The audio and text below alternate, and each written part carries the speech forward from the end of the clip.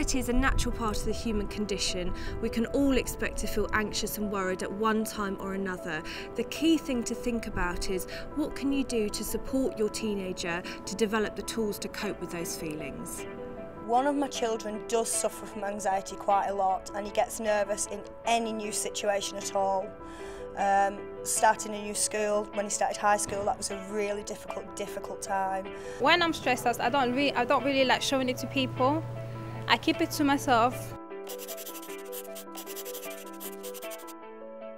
Anxiety can be different for different people, but it might be that your teenager feels worried, frightened, isolated, exhausted, just overwhelmed, or they might even exhibit physical symptoms which they may or may not really understand is related to their anxiety. The most important thing to remember is, has your child's behaviour actually changed? Because everybody is different. So your child, they might be in the bedroom, they might be withdrawn, not coming down and eating and having dinner with the family, they might be spending hours on games consoles, but the important thing to gauge is, what is the difference in the behaviour? Well, when I feel really stressed, I take myself away from books, everything. I go out with my mates, just have fun, so then I get everything with my mind. There are a range of support services available. It's worth really talking to the school nurse and counsellor, seeing if they can offer any support. Also, do take your teenager to the GP. The GP can identify if a face-to-face counsellor would help and if a referral to the Child and Adolescent Mental Health Services would be appropriate.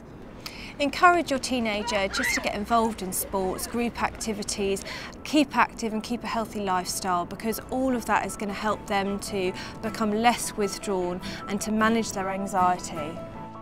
I kept saying to them all the time, anything you want to talk about, please come and see us. You know, don't like sort of sit up there and think, I've got to do this all on my own, and which they haven't, you know, and they had us to sort of rely on.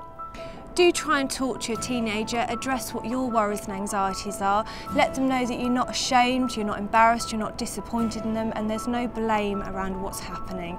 It's just good to keep the lines of communication open and let them know that you're really there to turn to.